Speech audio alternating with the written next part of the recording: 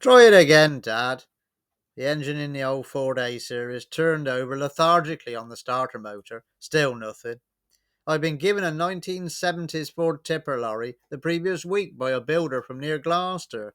He was retiring and wanted his garden cleared of scrap, so I went down there and dragged it away. We were in the middle of haymaking July 2001, and as usual, up against it with the weather threatening to break. We'd employed this York engine marvelled wreck as an extra means of getting the bales of hay to the shed. It started fine when rolled down the yard, but we made the mistake of stopping it out in the field to load 120 of bales of hay on board. Surely it can't want ether. Not in this bloody heat and only having been running half an hour ago. Dad just glared at me. I'll go and fetch the can. Half a tin of Easy Start squirted up its air intake and the engine finally caught just as the battery was about to die. Now, for pity's sake, don't turn it off till we're done. And remember that bloody van your grandad drove for Broad's Builders with a York in it. That was the same.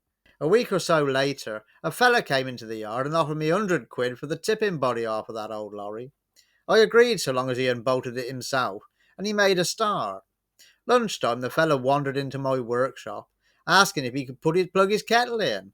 I nodded. He then baffled both my mate Tim and I, who was working in the yard back then, by opening a tin of Heinz Big Soup, pouring it into the kettle, and boiling it up. He then tipped it back into the tin and ate it with a teaspoon. I had never seen anyone do that before, nor since. My friend Heidi had thrown the towel in at the hotel where I learned to be a barman.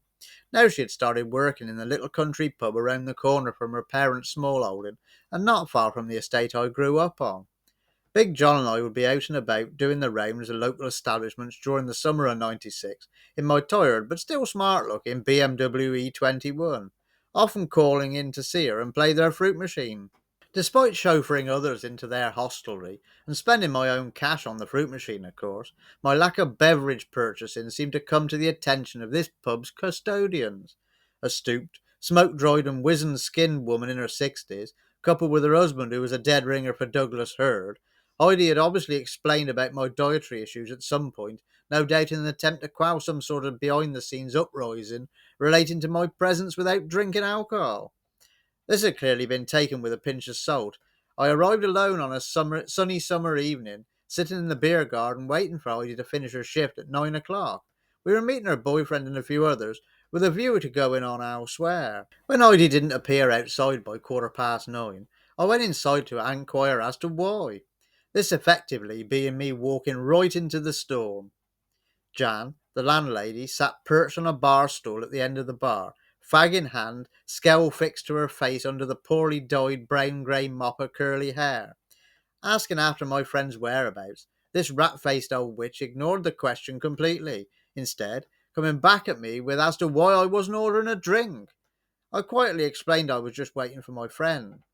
This is a pub, a business. If you're not buying drinks, you're taking up a space another paying customer could be in, Jan witheringly stated.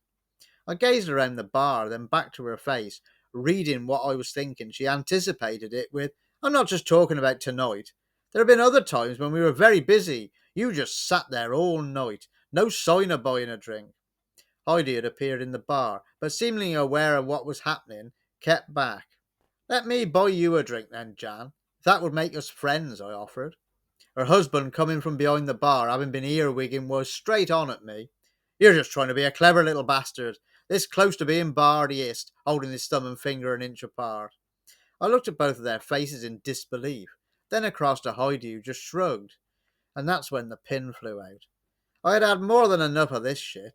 Probably given them just what they wanted in hindsight. I told them what I thought of them, their pub, and what a poor show it was, and how they were treating someone with a physical disability.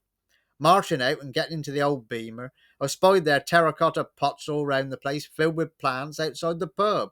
Dropping the clutch into first, the straight six-engine car bolted forward, demolishing the pots and flowers into pieces, bulldozing the lot out into the road before snaking the rear end in a cloud of kingpin killer tyre smoke off into the distance, redlining each gear down the long straight with pure venom running through me.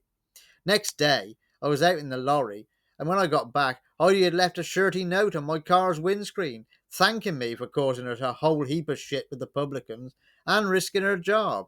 I felt bad for letting my friend down, but the people's attitude really stank, and I just couldn't be doing with it anymore, never setting foot in a place again until after they'd moved on.